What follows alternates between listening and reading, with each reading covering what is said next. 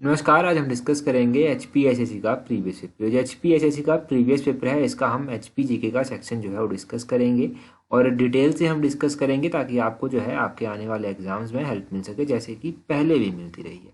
पिछले कल हमने इंडिया जीके का सेक्शन डिस्कस किया था, तो आज हम HPGK से जो है वो स्टार्ट करेंगे। मोस्ट इंपॉर्टेंट क्वेश्चन देखेंगे, मोस्ट इंपॉर्टेंट क्वेश्चन, ताकि आपको जो है आने वाले एग्जाम में हेल्प मिल सके। 19 नंबर क्वेश्चन में बोलते हैं, victory tunnel of Shimla was constructed by British in 1945 in memory of winning which of the following war और अ बैटल। देखो, विक्ट्री टनल जो है वो शिमला में स्थित है। पहले तो आप ये जानिए कि विक्ट्री टनल कहाँ पर स्थित है, शिमला में स्थित है। इसको कब बनाया गया था, 1945 में बनाया गया था। अब ये पूछते हैं कि इसको क्यों बनाया गया था, इसके बनने के पीछे का रीज़न आपको बताना है। तो इसके बनने का पीछे का जो रीज़न है, जब द्वितीय विश्व युद्ध हुआ था, वर्ल्ड वॉर सेकंड हुआ था, तो उस वर्ल्ड वॉर सेकंड को जीतने की खुशी में जो था ये 1945 में विक्ट्री टनल का निर्माण किया गया था। ऑप्शन डी जो है वो सही आंसर हो जाएगा। On the eve of winning world war second जो विक्ट्री टनल थी वो बनाई गई थी। अब शिमला जो था वो ब्रिटिशर्स की राजधानी रह चुकी है, तो शिमला में जो था वो अलग अलग चीज़ें होती रहती थी। जैसे यहाँ पर ट्रेन इंट्रोड्यूस कर दी गई, यहाँ पर जो था ब्रिटिशर्स के द्वारा जो था वो बहुत सारे बिल्डिंग बनाई गई। एक नहीं, बहुत ज़्यादा बिल्डिंग्स बनाई गई हैं। मेन मैं आपको बता देता हूँ, जैसे कि गेटी थिएटर यहाँ पर बनाया गया 1887 के अराउंड। गेटी थिएटर जब यहाँ पर बनाया गया, तो गेटी थिएटर में जो पहला शो हुआ था वो हुआ था टाइम विल टेल, वो भी आप ध्यान रखिए। अभी देखिए, अब बाकी तो छोड़िए आप, एक आजकल न्यूज़ में चला था अनाडेल ग्राउंड। अनाडेल ग्राउंड के बारे में मैं थोड़ा सा आपको बताता हूँ। पहले न्यूज़ में क्यों चला था ये जानिए। क्योंकि अभी प्रधानमंत्री नरेंद्र मोदी जो है वो शिमला आएंगे, तो कह रहे थे कि जो प्रधानमंत्री नरेंद्र मोदी शिमला आ रहे हैं, तो जो उनका जो एक भाषण होगा जहाँ पर लोग एकत्रित होंगे आकर, तो उसको जो है वो अनाडेल में ग्राउंड में करवाते हैं, रिज के बजाय। तो ये कहा जा रहा था कि रिज पर ना करवाकर उसको अनाडेल में करवाया जाए, तभी चर्चा में आया था। अब अनाडेल की बात जानिए। अनाडेल के बारे में ये है कि 1888 में जो था वो अनाडेल मैदान में जो था वो डुरंड कप की शुरुआत हुई थी। ये डुरंड कप क्या है, डुरंड कप जो है वो फुटबॉल से संबंधित है। काफ़ी फेमस कप है डुरंड कप। तो ये शिमला से शुरू हुआ था, अनाडेल मैदान से 1888 में। ये आपने ध्यान रखना है इसके बारे में। और प्रेजेंट टाइम में ये जो अनाडेल ग्राउंड है ये आर्मी के तहत आता है, आर्मी इसका रख रखाव करती है। तो ये आप जानिए, गेटी थिएटर हो गया, डुरंड कप हो गया, जो आपका अनाडेल ग्राउंड था वो हो गया, विक्ट्री टनल मोस्ट इंपॉर्टेंट। ये सब क्वेश्चन यहाँ से याद रखने। आगे बोलते हैं 91 नंबर क्वेश्चन में, Sainj hydro electric project is constructed on which river. ये जो सैंज परियोजना है ये कौन सी नदी के ऊपर बनी हुई है। अगर आपको पता है कि सैंज जो है वो किसकी सहायक नदी है, तब आप इजीली जो है इसका आंसर कर पाएंगे कि कौन सी नदी के ऊपर ये परियोजना बनी हुई है।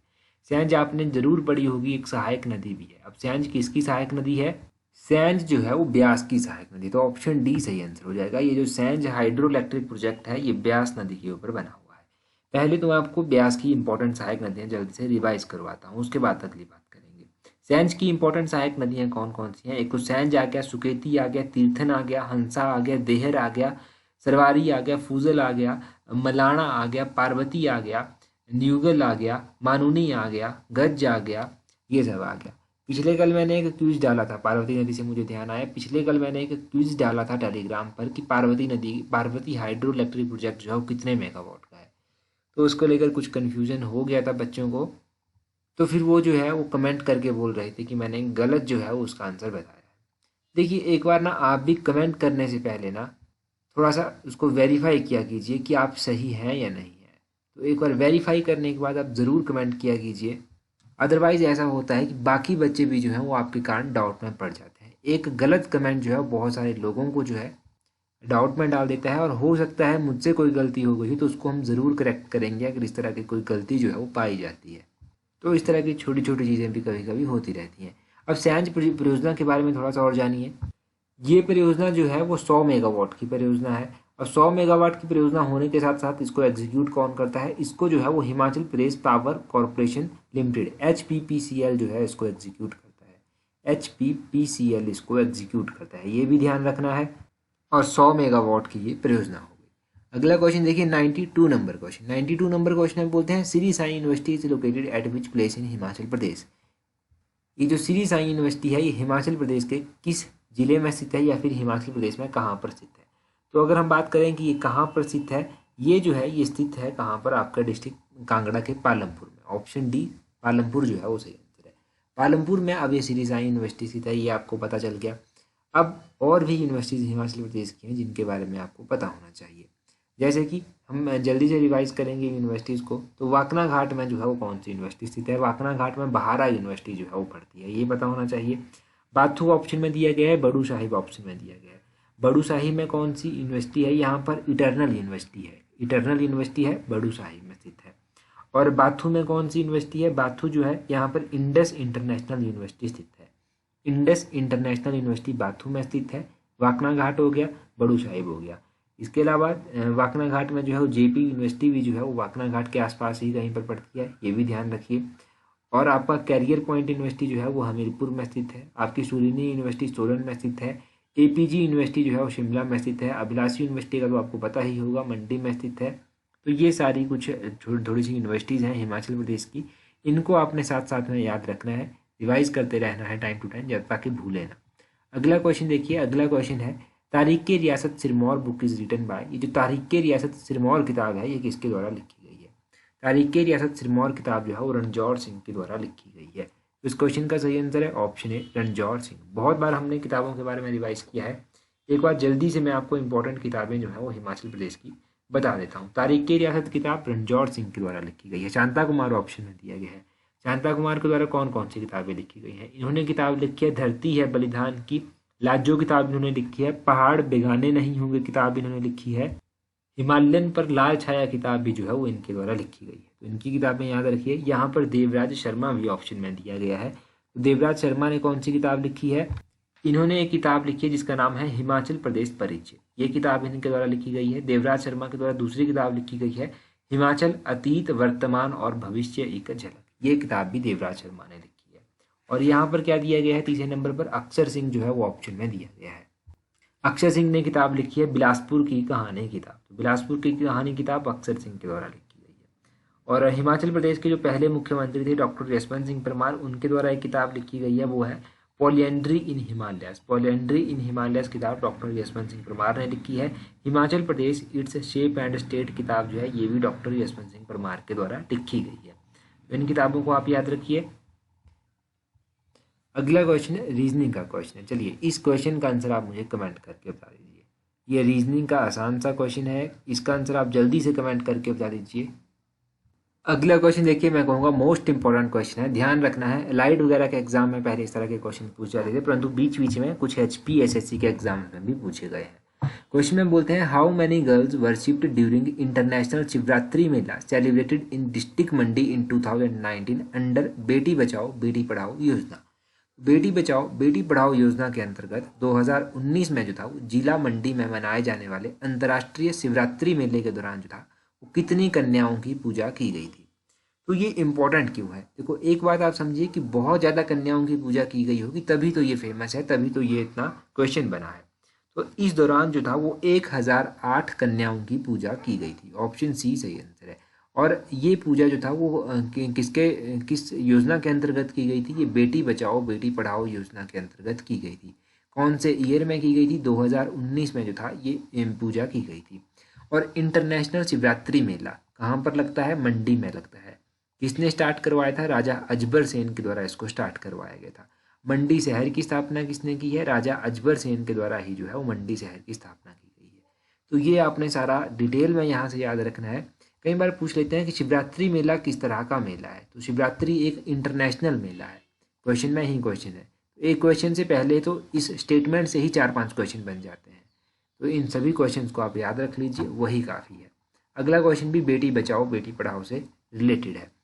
तो बोलते हैं which 3 district of Himachal Pradesh are honoured by Indian government at national level under Beti Bachao Beti Padhao योजना। ये जो बेटी बचाओ बेटी पढ़ाओ योजना चलाई गई है, इस योजना के अंतर्गत जो है वो हिमाचल प्रदेश के कौन से 3 जिलों को जो है वो राष्ट्रीय स्तर पर जो है वो भारत सरकार द्वारा सम्मानित किया गया है। तो हिमाचल प्रदेश के ऐसे 3 जिले थे जिनको राष्ट्रीय स्तर पर सम्मानित किया गया था। इनका नाम था सिरमौर, शिमला और मंडी। ऑप्शन ए जो है वो सही आंसर है 79 का। सिरमौर, शिमला और मंडी को जो था वो राष्ट्रीय स्तर पर जो था वो सम्मानित किया गया था बेटी बचाओ बेटी पढ़ाओ योजना में अच्छा काम करने के लिए। अब बेटी बचाओ बेटी पढ़ाओ योजना 2 बार यहाँ पर आ गई, इसके बारे में पहले थोड़ा सा जान लेते हैं कि ये योजना आखिरकार है क्या।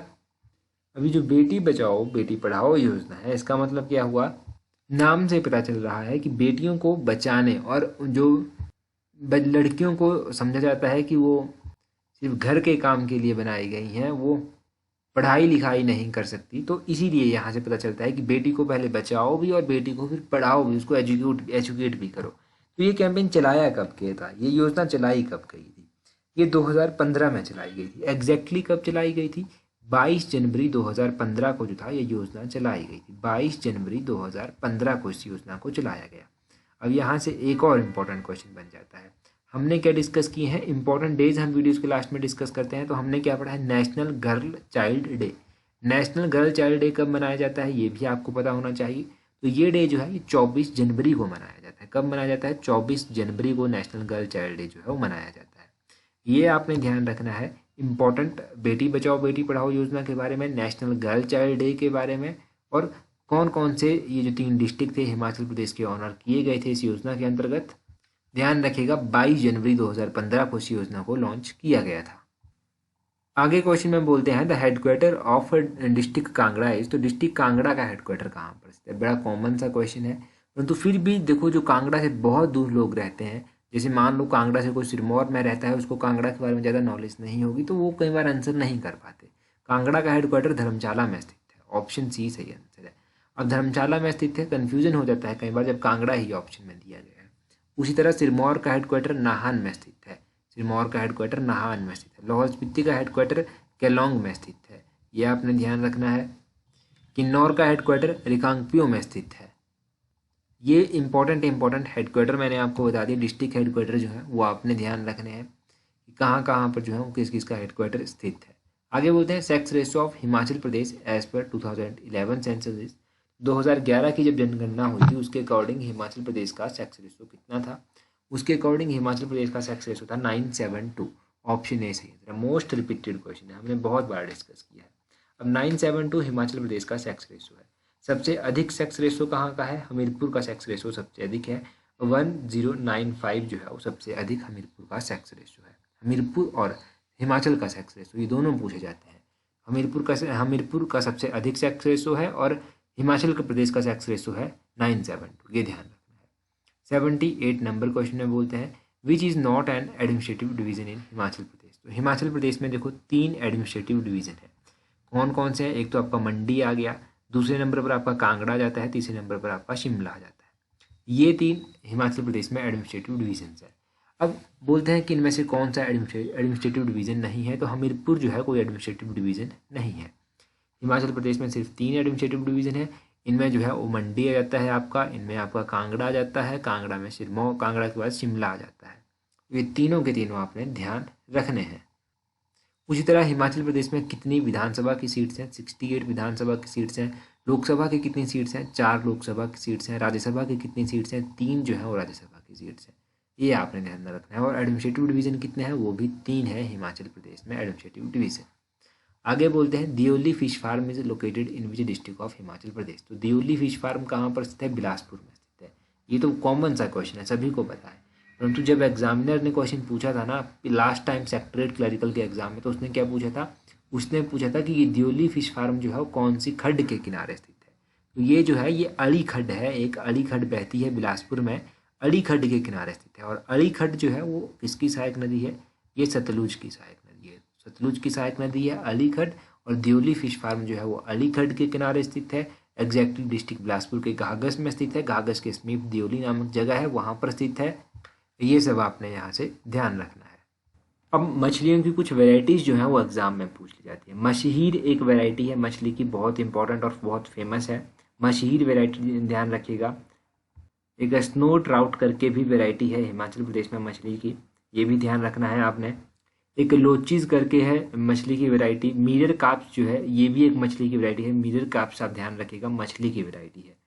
तो ये मछलियों की वैरायटीज़ होगी कुछ जो हिमाचल प्रदेश में मुख्य रूप से पाई जाती हैं। अभी देखो, अभी हम डिस्कस करेंगे इम्पोर्टेंट डेज अगस्त महीने के। तो अगस्त महीने के इम्पोर्टेंट डेज हम डिस्कस करेंगे। पिछले कल हमने जुलाई महीने के इम्पोर्टेंट डेज डिस्कस किए थे। जुलाई महीने में हमने क्या पढ़ा था, हमने पढ़ा था वर्ल्ड यूथ स्किल डे कब मनाया जाता है। वर्ल्ड यूथ स्किल डे कब मनाया जाता है वो आप कमेंट करके बता दीजिए कि कौन से महीने में मनाया जाता है। इससे पहले जून महीने का इंपॉर्टेंट डे मैंने आपसे पूछा था कि जून 29 को कौन सा डे मनाया जाता है। जून 29 को जो है वो नेशनल स्टैटिस्टिक्स डे जो है वो मनाया जाता है। नेशनल स्टैटिस्टिक्स डे जो है वो जून 29 को मनाया जाता है। अभी देखिए अगस्त महीने के इंपॉर्टेंट डेज, तो 6 अगस्त को जो है वो हिरोशिमा डे मनाया जाता है। 7 अगस्त को जो है वो नेशनल हैंडलूम डे मनाया जाता है। 9 अगस्त को जो है वो क्विट इंडिया मूवमेंट डे जो है वो मनाया जाता है।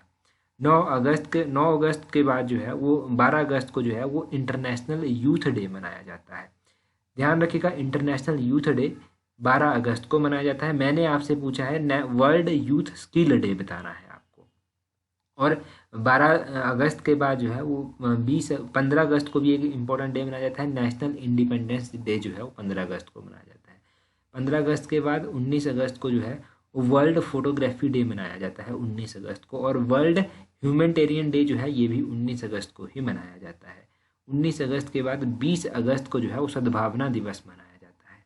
20 अगस्त के बाद जो है वो 21 अगस्त को जो है वो वर्ल्ड सीनियर सिटीजन डे मनाया जाता है। और 29 अगस्त को मोस्ट इम्पॉर्टेंट डे है। 29 अगस्त को 29 अगस्त को क्या मनाया जाता है, नेशनल स्पोर्ट्स डे मनाया जाता है। ध्यानचंद जो मेजर ध्यानचंद थे इनका जन्मदिन जो है इस दिन होता है, तो इनके जन्मदिन की खुशी पर ये मनाया जाता है नेशनल स्पोर्ट्स डे 29 अगस्त को। और 30 अगस्त को जो है वो स्मॉल इंडस्ट्री डे जो है वो मनाया जाता है। स्मॉल इंडस्ट्री डे 30 अगस्त को मनाया जाता है। तो ये हो गए इंपॉर्टेंट डे। अगर टेलीग्राम पर आपने अभी भी ज्वाइन नहीं किया है तो टेलीग्राम पर जल्दी से ज्वाइन कर लीजिए। अपना टेलीग्राम ओपन कीजिए, वहाँ से सर्च कीजिए @allexam31। आपको हमारा टेलीग्राम चैनल मिल जाएगा। टेलीग्राम पर हमारे साथ जो है वो 18,400 से अधिक लोग जुड़ चुके हैं। 18,400 से अधिक लोग, तो आप भी जुड़ जाइए ताकि आने वाले हर एक एग्ज़ाम में आपको भी हेल्प मिलती रहे।